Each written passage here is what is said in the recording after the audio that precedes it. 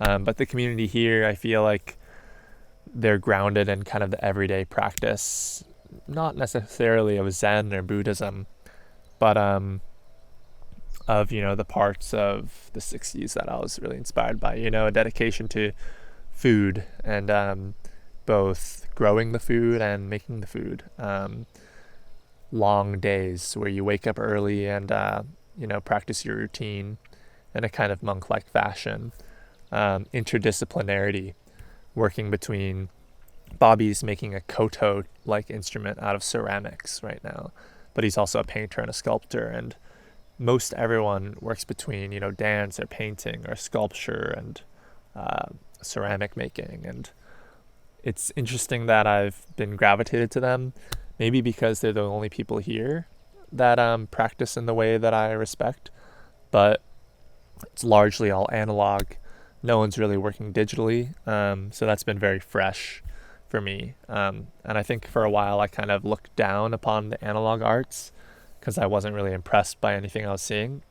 But I think I'm extremely impressed, less by the objects and the results of their practice. The paintings are nice, the ceramics are very impressive, but they're nothing that I would stop to look at in an art gallery.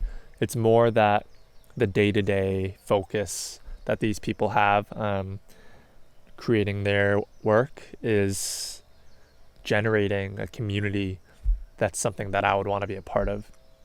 The type of practice that creates an art piece that ends up in a museum or gallery in New York, for example, it's part of a chain of production that I don't want to be a part of a lot of the time, knowing what goes into that.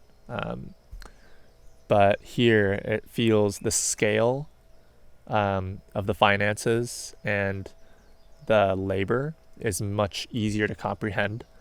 You're not wondering where the money came from, whether anyone was exploited along the way, whose PR the final product is serving. Here it's kind of more just like, oh, this person spent this amount of time making this, and now here it is in a gallery for you to see and maybe buy, but they could kind of care less whether or not you buy it because they're living pretty sustainable lifestyles with minimal consumption. And I think that's something that I've been really inspired by. So I'm at 24 minutes. Okay. So I'll talk a bit more about them. And I went to a dinner party saying goodbye to Aaron Skelton, the ceramics studio manager. Oh, also a note that something that I'd like to talk about is my gender identity since coming to Hawaii. But Aaron, we had a goodbye party, and it was at Valerie's house. And there were kids playing video games and playing Jenga blocks. People my age, mostly a bit older, drinking and talking. People a generation or two generations older, drinking and talking and eating. Food was incredible. But in general, the energy felt very inclusive and welcoming and warm, but not in the kind of way that I've seen in hippie commune type places before, where it feels like, oh, like, so nice to see you, like, please come in, like, oh, it's all love here, like this kind of gauzy performance.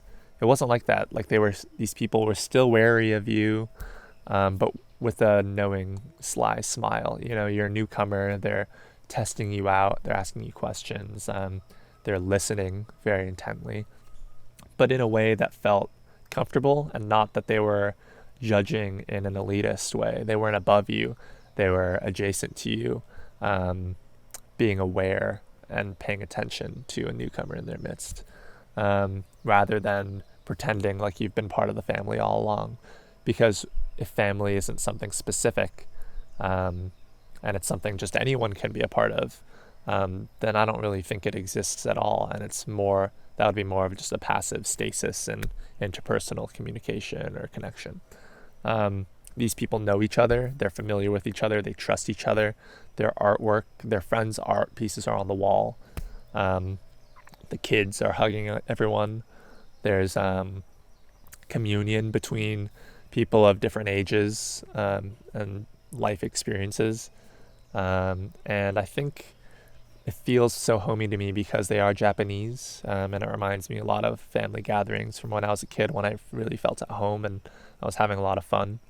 Um, and so, like, a lot of people that are of the younger generation are white, but it's kind of cool that the host community is Japanese and that they are blood related. There's something about um, the actual blood family staying here and being a staple in the community, and their kids, and their partners and their kids, all kind of contributing to like the life force of this place. And I think I've been pretty vagrant. This was my first like independent adult decision to come to Hawaii. Going to college felt like an inevitability. Going to Columbia even felt like an inevitability. There were no other schools I was excited about. And staying in New York after graduating also kind of felt like an inevitability. It was like that's where my network was, that's where everything was happening, that's where all my friends were, that's where professional growth would happen. But I think the decision to leave and come somewhere pretty new, even though Claire was here to open her house and her arms to us, Hawaii wasn't the logical next choice. It wasn't part of the plan. It wasn't part of the predetermined trajectory of professional development. And I think it's been really beautiful in that way and has given me a respect for my time here, which makes me sad to leave it because it's something that I grew for myself here, meeting people and continuing to develop my own practice, even though it was a bit less productive than like I might have imagined before. Lots happened. I released a record. I released 1004, The Mix. I released Freak Truth, the book. I did the Co-Eval interview. I worked for MTV on the queer reality television show and created a document from that. I did a lot of work for JSA. But it's still, I still have a kind of, vision of how much I should be doing. And if I'm not, every waking moment working towards that vision, if sometimes I'm slacking off or just cleaning mindlessly in not a Buddhist, Zen practice way, or, wasting time doing errands that aren't that exciting to me, or just being lazy and hanging out with Sasha or watching a movie. Those are things that I feel like I've cultivated here and been able to enjoy and slow down. But there is a part of me that wishes I did more with this platform, for example, and this rainforest in our backyard. Maybe something like with photogrammetry or architecture. But I think the people that I met here have been really central to my feelings about this place. And they're people that I won't forget and people that I hope to see again. And I think moving forward onto Charleston, I'm going to be looking more intentionally for places like Holualoa and not working in as much a hermit capacity, but thinking more about being a part of a community and contributing to something, maybe with longevity. And I'm realizing more and more that the type of work that I want to do is work that I need to be grounded for, and in a place, and knowing that people, like the actual faces, rather than working for faceless people, like the kind of removed design research that I'm doing with JSA. So that'll conclude this first part.